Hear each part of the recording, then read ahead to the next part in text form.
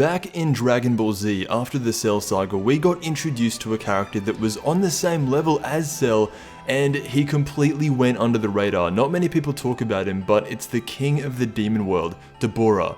When we first saw him, one of the first things that was said about him was the comparison in strength to Cell.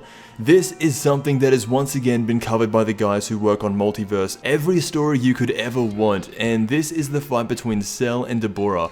However, this time things are a little bit different. This isn't the same Cell who fought and lost to Gohan. Dabura is pretty much the same, but this Cell actually went on to defeat Gohan and live his life constantly getting stronger over the course of 10 years. But for this fight specifically, Cell is only using his initial Cell game strength because he doesn't want to show the rest of the competition his real power.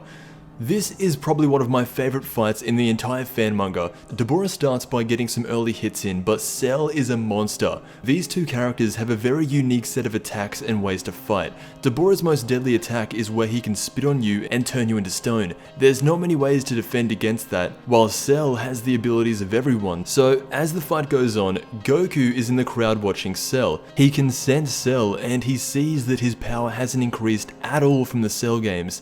But that's exactly what Cell wants him to think. Vegito on the other hand is there and questions this, that if Cell had 10 more years alive, there's no way he wouldn't have improved. Having Frieza and Saiyan cells means that you're going to get stronger no matter what. They also look at Dabura and see that his power has stayed the same as well, but because he's under Bubbity and doesn't really have any free will, that makes sense, he can't really do anything on his own. Cell pulls out the Solar Flare, however an attack like that does not work on Dabura and gives him the perfect opportunity to come in from behind and slice. Cell is left with the sword halfway through his body and is missing an arm.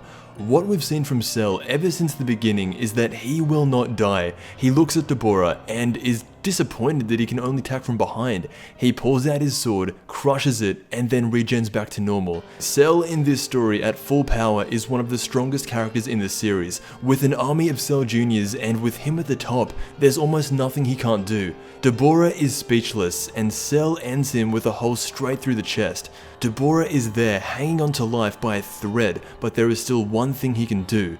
He spits on Cell. Before you know it, Cell starts turning to stone. His body is about to be useless if he doesn't do something, but then he does the unthinkable. Without questioning anything, like an old pro, he rips his head off. So Cell is in the same position as Android 16, the only difference is he doesn't die. In fact, he becomes stronger. Seeing this resilience, Dabura drops from the sky and has lost the match. Cell vs Dabura, Cell wins. So that's Dragon Ball Multiverse on Dabura vs Cell, and honestly, once again, it's pretty accurate. Cell has life from the strongest people in the universe, with a mixture of Saiyan and Frieza cells constantly improving in battle.